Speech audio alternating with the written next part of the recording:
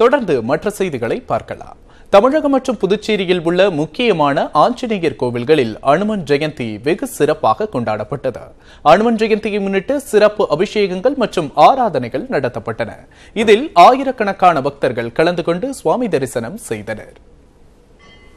நடப்பாண்டில் அமாவாசை, மூல நட்சத்திரம் மற்றும் சனிக்கிழமை அன்று அனுமன் ஜெயந்தி வருவது மிகவும் சிறப்பாகும்.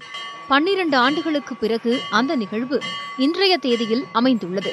இதனைத் தொடர்ந்து நாடு முழுவதும் அனுமன் ஜெயந்தி இன்று கோலாகலமாக கொண்டாடப்பட்டது.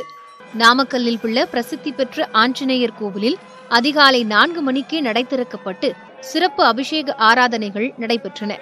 1,08,000 வடைகள் கொண்ட பிரம்மாண்ட மாலை ஆஞ்சநேயருக்கு சாத்தப்பட்டது.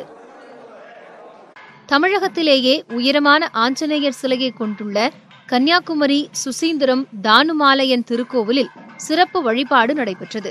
18 அடி உயரம் கொண்ட ஆஞ்சநேயர் சிலைக்கு பால், தேன், பன்னீர் உட்பட 16 வகையான பொருட்களை கொண்டு அபிஷேகம் நடத்தப்பட்டது. இதில் தமிழகம் மற்றும் கேரளாவைச் சேர்ந்த பக்தர்கள் தரிசனம் செய்தனர்.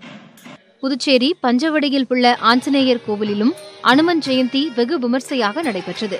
36 அடி உயர பிரம்மாண்ட ஆஞ்சநேயர் சிலைக்கு 3000 லிட்டர் பால் மற்றும் வாசனை திரவியங்களை கொண்டு அபிஷேகம் செய்யப்பட்டது.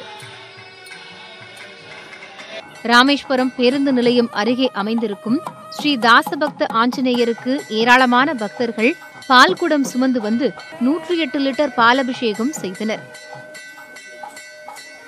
தூத்துக்குடி மாவட்டம் கோவில்பட்டி தேசிய நெடுஞ்சாலையில் உள்ள ஆஞ்சநேயர் திருக்கோவிலில் கணபதி பூஜை, மகா சங்கல்பா பூஜை ஆகியவை நடைபெற்றன. 18 வகையான சிறப்பு அபிஷேகங்களும் நடைபெற்றன.